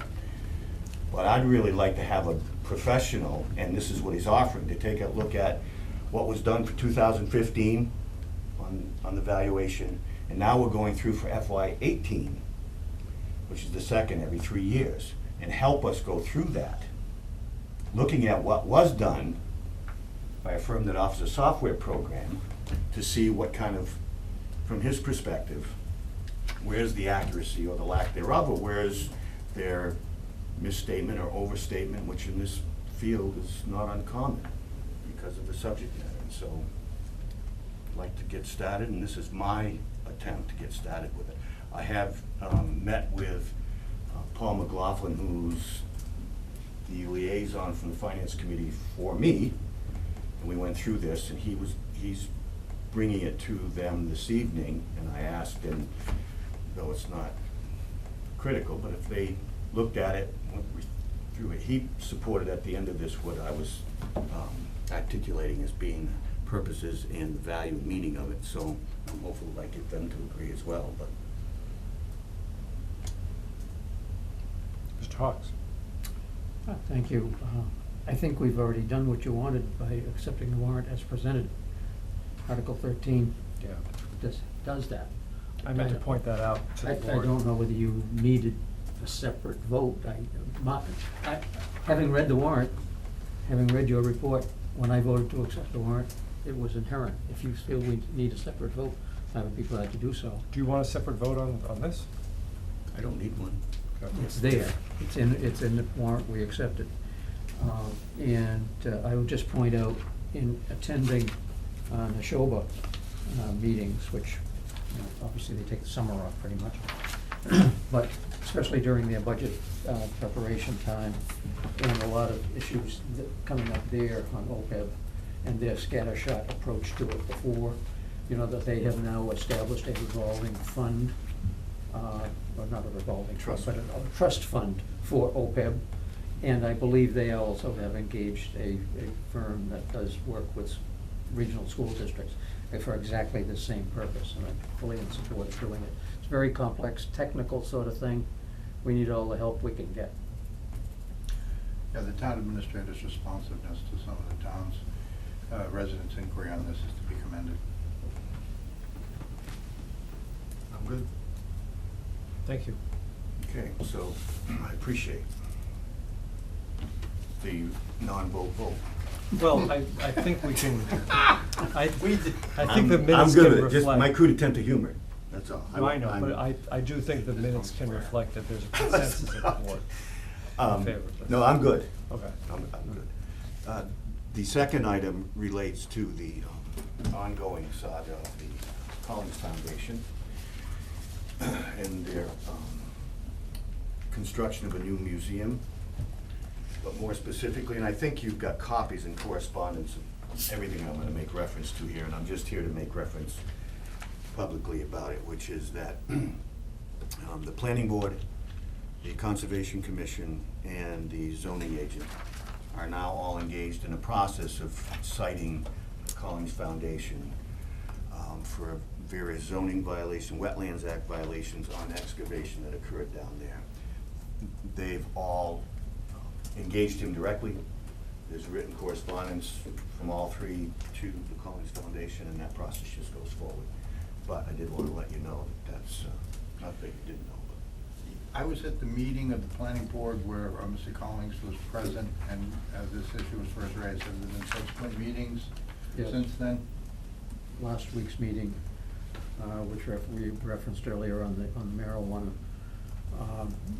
was Bob and Rob came to that meeting, briefly commented to the planning board, and then the planning board voted to go into executive session to discuss pending litigation, and I was invited to sit in with them. I'm grateful that our liaison to planning board is so present at all these meetings and so informed. Thank you. the last piece relates to our ongoing due diligence in trying to identify and define the nature and extent of the issues at the Lake Boone Dam.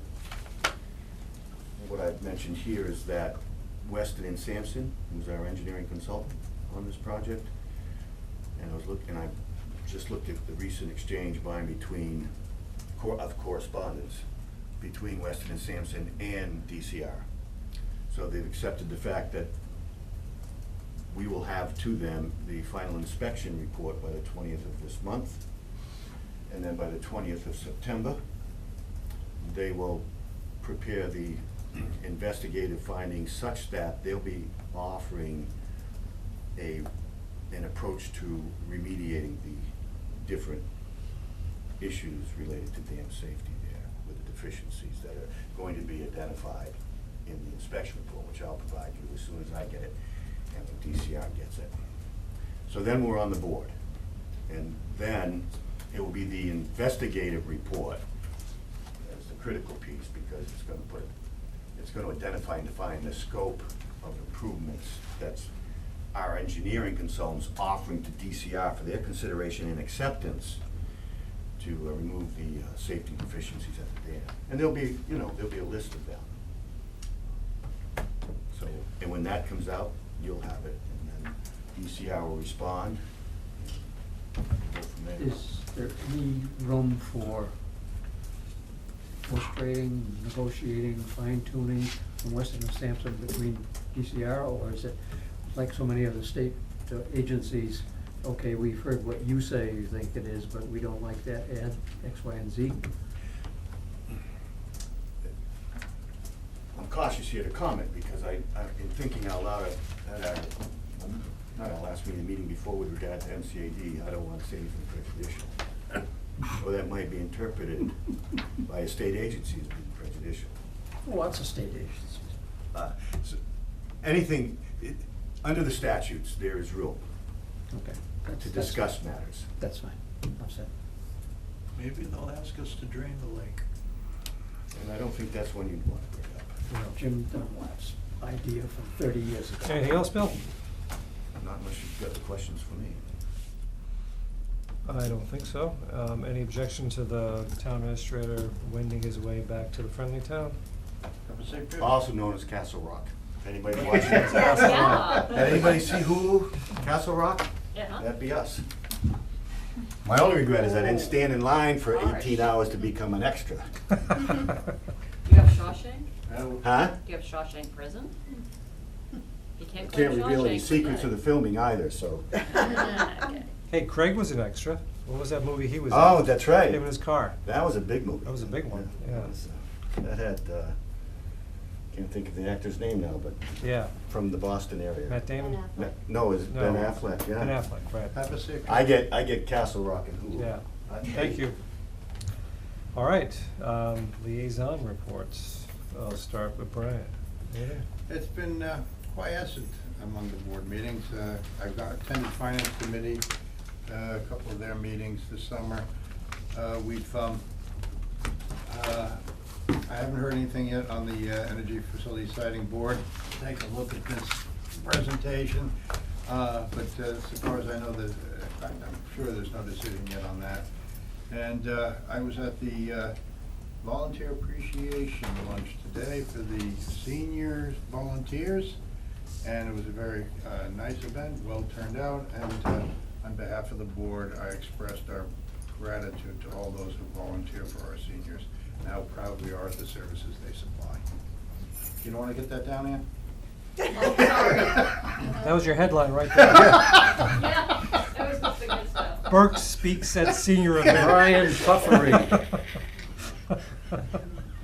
I just stick my neck out every time.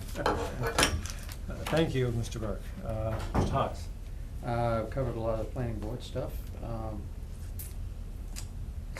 Lakebone Commission.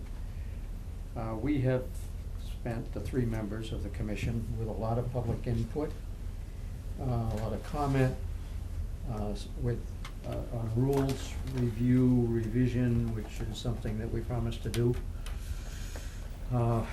When the state became involved in our enforcement issues, which I don't need to revisit all of that, but we all remember that. I think it's safe to say that we have wrapped up our 3 members' preliminary review of recommended changes to both general bylaws, which do not have to go to the state, and boating regulations, which are going to be very minimal. I think there was fear on some people's parts that the present commission would come in and be somewhat draconian, and I think those fears have proven to be unfounded. The process we have set up, which is not to anyone's surprise reminiscent of what I have learned here, is input, input, input. Our changes are recommended only. We have set a date far enough out to get when people are back in harness and after the elections and one thing or another. I think it's in mid-November, don't hold me to the date. We will be meeting before that to review our own position. We will have our document out for circulation on the website, notices in the paper, everything else. That if people want to come in here and ask questions, we will listen to them. And the process on this is assuming arguendo, as I like to say, sitting between 2 lawyers, that we come, for the sake of discussion, come to the present rules are the ones that we want to go forward. Whatever the final ones are, we may want to come back and fine tune or change some of them after we listen to the public.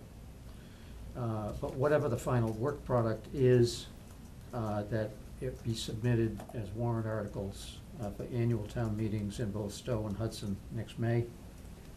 And then the resulting changes, whether they need, some of them are general bylaws, do not need the same degree of scrutiny. But anything changing the boating regs would have to be submitted to the environmental police, which are an arm of conservation and recreation, and the Attorney General, and then promulgated in newspapers, local circulation. We could do that by next season if there are changes. We could have it done by then. But it's moving. Okay. And I think that's all I got. I spent a lot of the last week trying to figure out this marijuana thing. I did meet with Tim Reed, chair of the Randall Library Trustees. We talked in general about their possible expansion plans. He's been speaking to the town administrator about that. He did note that one of their part-time librarians, Olivia, is leaving for greener pastures, a full-time job. And that unfortunately, she has made quite a contribution over there, and they're very sad to see her go. Kind of, that's what happens when you hire part-time staff. They learn, but they eventually want to do it full-time, and so they move on to a better job. But we wish her well. She's been there, I think, 3 years, and she's made quite an impact over there. Tom? On August 27th, the Town Hall Building Committee is gonna have their first meeting. Doug Hyde, our Assistant Facilities Manager, has been doing some stuff, I'll call it behind the scenes. He sent out, stuff that was really pro forma. Sent out a request for qualifications for people, and supposedly we're gonna have 12 folks to read through their stuff, so there's interest in people, in doing that. And probably the biggest thing, everybody's gonna get sworn in. Yeah.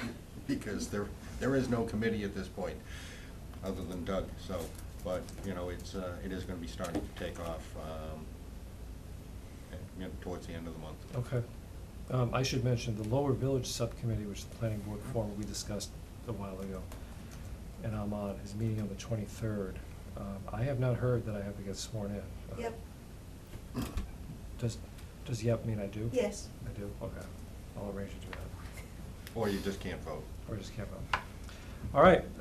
Before I move to adjourn, can I just say how good it is to have the chair back at the helm? Move to adjourn. What do you want? I want to adjourn. Thank you. Is there a Second. second? Non-debatable. And we stand adjourned, 9 o'clock on the dot. Thank you, Mr. Very nice.